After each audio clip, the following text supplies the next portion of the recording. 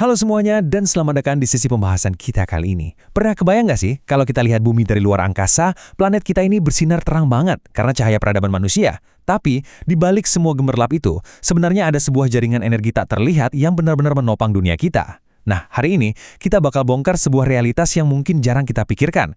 Perairan-perairan paling vital di dunia ini bukan cuma sekedar fondasi peradaban kita. Tapi, ya bisa dibilang ini adalah titik terlemah atau kerentanan terbesar kita juga. Yuk, kita mulai. Untuk memandu perjalanan kita hari ini, kita punya beberapa poin utama. Pertama, kita akan melihat Hormuz sebagai titik kritis global, lalu masuk ke urusan geopolitik dan dominasi energi. Setelah itu, kita akan bergeser melihat wilayah perbatasan Arktik yang terus mencair, lanjut ke mesin raksasa di Samudra Pasifik, dan terakhir, kita akan bahas sebuah kontradiksi yang sangat menentukan masa depan kita. Oke, langsung aja kita masuk ke bagian pertama. Bagian pertama, Hormuz, titik kritis global. 21 juta. Bayangan angka itu sejenak. 21 juta barel minyak bergerak secara diam-diam setiap harinya melewati Selat Hormuz. Jalur ini lebarnya cuma sekitar 33 km loh. Ibaratnya ini adalah satu-satunya pintu keluar dari Teluk Persia menuju Lautan Lepas. Buat ngasih gambaran seberapa banyak itu, kalau minyak sebanyak ini dituang ke kolam renang Olimpiade, itu bakal menuhin lebih dari 30.000 kolam. Setiap hari. Gila kan? Ini bukan cuma sekedar deretan angka, ini beneran bahan bakar yang bikin mobil kita jalan, pesawat terbang, dan menghidupkan listrik buat miliaran orang di bumi. Dan coba perhatikan ini, 30%. Angka ini jadi bukti nyata kalau Hormuz itu ibarat, lehernya ekonomi dunia. Gimana enggak? Selat ini memproses 30% dari total pasokan minyak global. Negara-negara dengan ekonomi raksasa kayak Tiongkok, Jepang, Korea Selatan, sampai India, semuanya benar-benar bergantung pada satu jalur ini tanpa punya alternatif lain yang sepadan. Jadi secara harfiah, Selat Hormuz ini adalah urat nadi ekonomi kita semua. Nah, coba kita bayangin realitas langsung di atas airnya. Kontrasnya itu luar biasa banget. Di satu sisi, ada kapal-kapal pengangkut minyak supraraksasa yang beratnya bisa sampai 320.000 ton. Bayangin aja sebuah raksasa baja yang panjangnya ngalahin 3 lapangan sepak bola dijejerin. Tapi di sisi lain, selat yang sama juga jadi rumah buat para nelayan lokal dengan perahu kayu tradisional mereka. Kasian sih sebenarnya, selama 40 tahun terakhir, para nelayan ini harus melihat langsung laut yang menghidupi mereka pelan-pelan berubah. Tangkapan ikan mereka turun drastis karena polusi mesin dan tumpahan minyak. Tradisi yang udah ada berabad-abad malah perlahan pudar, tertutup bayang-bayang raksasa industri energi global ini. Kita masuk ke bagian 2, geopolitik dan dominasi energi. Oke, dengan jalur yang super sempit tapi punya peran sebesar itu, wajar banget kalau kawasan ini selalu diwarnai ketegangan militer dan diawasi ketat oleh pasar energi dunia. Baru-baru ini saja, Menteri Luar Negeri Iran, Abbas Araghchi, mengajukan semacam proposal diplomatik. Intinya, strategi ini mencoba untuk membuka kembali Selat Hormuz dan memastikan kapal-kapal bisa lewat dengan aman. Nah, menariknya, mereka melakukan ini sambil menunda dulu pembicaraan soal program nuklir mereka dan memilih menggunakan jalur mediasi internasional lewat Pakistan dan Oman. Ini tuh contoh nyata gimana rumitnya urusan ekonomi global saat bersinggungan langsung dengan keamanan laut. Dan sentimen geopolitik yang keras ini bergema sampai ke seluruh penjuru dunia. Coba dengar kutipan dari Donald Trump ini. Beliau pernah menyinggung soal minyak Venezuela dan momen penarikan pasukan militer Amerika Serikat dari Afghanistan. Dari kutipan tersebut, kita bisa melihat dengan sangat jelas realitas yang ada. Betapa beraninya postur militer dan manuver energi global dimainkan. Aset militer bernilai ratusan juta dolar dan jutaan barel minyak. Wow, semuanya ini ibarat bidak catur yang terus-terusan digeser dalam sebuah permainan geopolitik tingkat tinggi. Jadi pertanyaannya sekarang, gimana kalau permainan catur tadi tiba-tiba buntu? Bayangkan skenario ini, selat ditutup selama 48 jam saja, cuma 2 hari loh.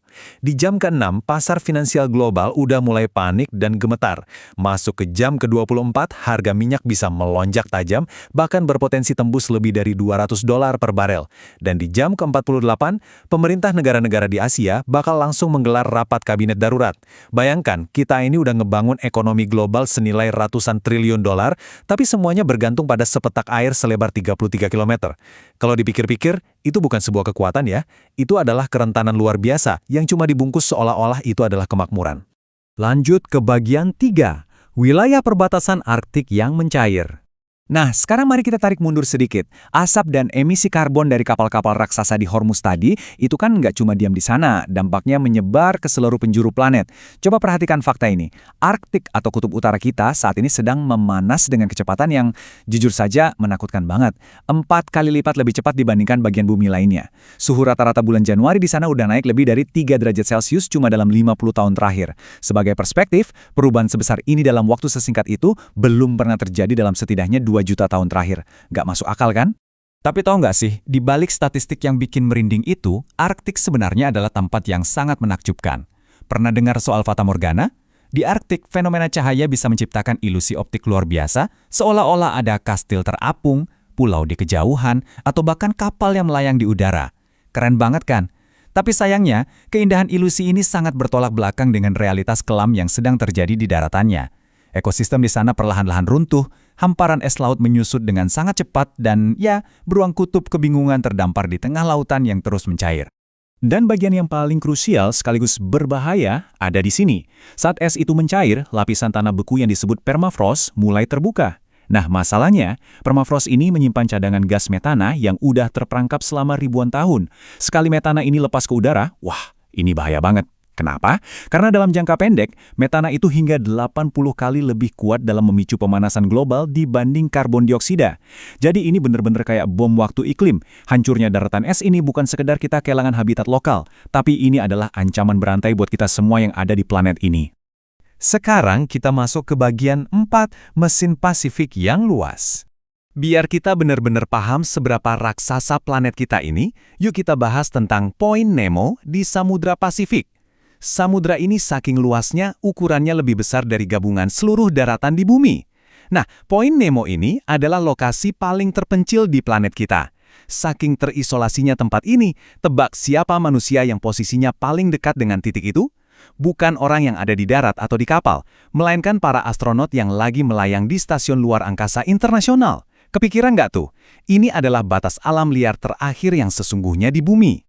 Terus kenapa hamparan seluas itu penting banget buat kita? Jawabannya ada di angka ini, 90%. Lautan kita itu ternyata menyerap lebih dari 90% kelebihan panas yang terperangkap akibat efek rumah kaca dari aktivitas kita sehari-hari. Pasifik ini tuh kerjanya kayak paru-paru kedua buat bumi kita, nyerap miliaran ton karbon dioksida tiap tahunnya. Bayangin kalau lautan kita nggak melakukan tugas sunyi ini, wah, tingkat keparahan perubahan iklim pasti udah berlipat-lipat ganda dari sekarang, dan mungkin kita udah benar-benar hidup di tengah bencana iklim yang parah. Sayangnya, mesin raksasa ini ternyata luar biasa rapuh. Saat ini, ada semacam keruntuhan ekologi tak terlihat yang sedang terjadi di depan mata kita. Tahapannya begini. Pertama, hidup kita ini sangat bergantung sama organisme mikroskopis bernama fitoplankton. Merekalah pahlawan tanpa tanda jasa yang memproduksi lebih dari 50% oksigen yang kita hirup. Kedua, rantai makanan mereka itu dijaga keseimbangannya oleh predator puncak kayak hiu. Kalau hiu-hiu ini hilang, efek dominonya bakal ngancurin seluruh ekosistem di bawahnya. Dan yang ketiga, ini yang paling miris. Jutaan ton plastik mencemari lautan kita setiap tahunnya. Mikroplastik sekarang udah menyusup ke semua tingkatan hidup, mulai dari fitoplankton, ikan-ikan kecil, paus raksasa, bahkan sampai mengalir di dalam aliran darah kita sendiri. Ngeri kan? Dan akhirnya, kita sampai di bagian 5, kontradiksi yang menentukan. Kalau kita perhatikan dari awal pembahasan tadi, Selat Hormuz, Arktik, dan Pasifik ini ibarat 3 karakter utama dalam cerita hubungan kita dengan air. Di Hormuz, urat nadi perdagangan kita terus-menerus hidup di bawah bayang-bayang ancaman ketegangan geopolitik dan tumpahan minyak. Di Arktik, hamparan es yang jadi penyimpan rekam jejak iklim purba kita sedang mencair dengan sangat cepat. Dan di Pasifik, sang raksasa pengatur suhu dunia ini pelan tapi pasti sedang mati lemas gara-gara polusi plastik dan pemanasan air. Ketiganya ini benar-benar saling berhubungan erat satu sama lain. Jadi, disinilah letak kontradiksi terbesar di zaman kita, energi yang mati-matian kita ekstrak dan kita kirim melewati selat-selat sempit demi membangun peradaban modern ini, ironisnya justru sedang menghancurkan fondasi ekosistem bumi yang bikin kita tetap hidup. Lautan, es yang mencair, dan titik-titik maritim kita seakan meneriakan peringatan yang sama. Pada akhirnya, pertanyaannya bukan lagi soal apakah kita mampu menyelamatkan lautan, tapi akankah kita memilih untuk bertindak sebelum semuanya benar-benar terlambat? Coba renungkan hal itu. Terima kasih banyak ya udah ikut nemenin di pembahasan kita kali ini. Teruslah kritis, terus menggali lebih dalam, dan sampai jumpa di sesi berikutnya.